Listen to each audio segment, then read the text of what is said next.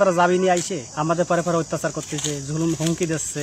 দুইটা নাতি নাতনি নিয়ে বাড়ি থাই, কালকে সে কল খুলে নিয়ে গেছে, আমার সবকিছু ভেঙে তছনছ করে গাছগাছালি কেটে দিয়ে গেছে। আমার বুকে অস্ত্র ধরে কইছে তোরা বাড়িতে নাম। 10-15টা গরু সম্পূর্ণ গরুগুলো নিয়ে গেছে। দুইটা নাতি নাতনি নিয়ে বাড়ি থাই, কালকে সে কল খুলে নিয়ে গেছে, আমার গালা গেলাস দিয়েছে, দিয়ে আবি যাবি কথাবার্তা কই ঘর দুয়ার ভাঙ্গিছে, তালা ভাঙ্গিছে, ভাঙ্গে ঘরেতে ফ্রিজ ছিল তা নেছে, দুইটা বাক্স নেছে, মাল জিনিস কত কিছু তাই না ঘরে সব নিয়ে গেছে, পিঠে কুড়াইয়া কিছু দিয়ে দেয়নি।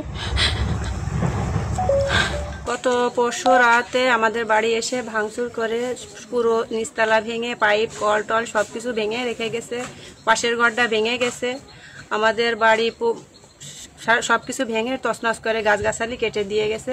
আর হুমকি দিয়ে গেছে যে আজ বা আগামীকাল এসে আমাদের বাড়ি রাতে ভাঙচুর করে যাবে। আমরা এখন প্রশাসনের কাছে দৃষ্টি আকর্ষণ করে বলতেছি যে আমাদের বাড়িঘর যেন রক্ষা করে বা আমাদের একটু সাহায্য করে।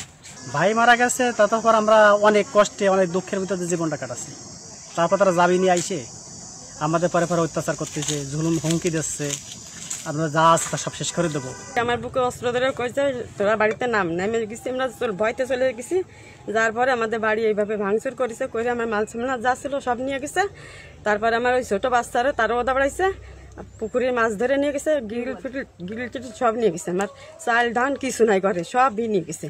এখন আমি একটু পানি খাওয়ারও আমার কিছু নাই। আমাদের বাড়ি ঘরদোর লুটপাট করিয়া নিয়ে গেছে। তারপরে মোটরসাইকেল, পিরিজ, শোকেস ভাঙ্গিয়ে চুরিয়ে লুটপাট করে। হাসান, সোহেল, এইটা মঈন, আরও অনেক লোক ছিল।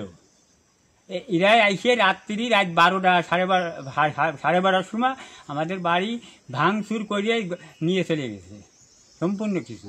আমরা তো জানতেও পারি নাই কিছু না, হঠাৎ এসে ঢুম করে ঢুইকে আমাদের ছিল অন্তত 10-15টা গরু সম্পূর্ণ গরুগুলো নিয়ে গেছে। আবার যেভাবে ভাঙচুর করেছে তা তো করার মতো না, সমস্ত মাল সব নিয়ে গেছে, টিভি, ফ্রিজ। সোহেল, সারাফাত, শামিম, হাসান, হুসাইন, তারপরে এই যে এইটা নাসিম, এরা আরও অনেক লোক ছিল। তারপরে আইসে এরা তো নিয়েছে, আরও এখনও বাড়ির একটা টিউবওয়েলের মাথা নাই, সমস্ত টিউবওয়েল নিয়ে গেছে, মোটরগুলো খুলে নিয়ে গেছে। আরও সমস্ত গালাগালি করেছে, আর যা সমস্ত করেছে যে এরকম পেট বাঁধাই দেবো, এই করে দেবো, এই করবে, এগুলো অনেক কিছু বলেছে। করার পরে তো বলেছে, আর তারপরে যে সমস্ত গালি দিচ্ছে, এখনও আইসে হুমকি দিচ্ছে। আর কাছে কি বাড়িতে নাম নেমে যা আইসে একটা ইট মারতেছে, ডালা মারতেছে, এভাবে অনেক নির্যাতন করতেছে। আমরা একটা শান্তি ছিল ফিরে যেতে পাই, আর যাতে আমরা নিরাপত্তা চাই, এই নিরাপত্তাগুলোর জন্যই আমরা আপনাদের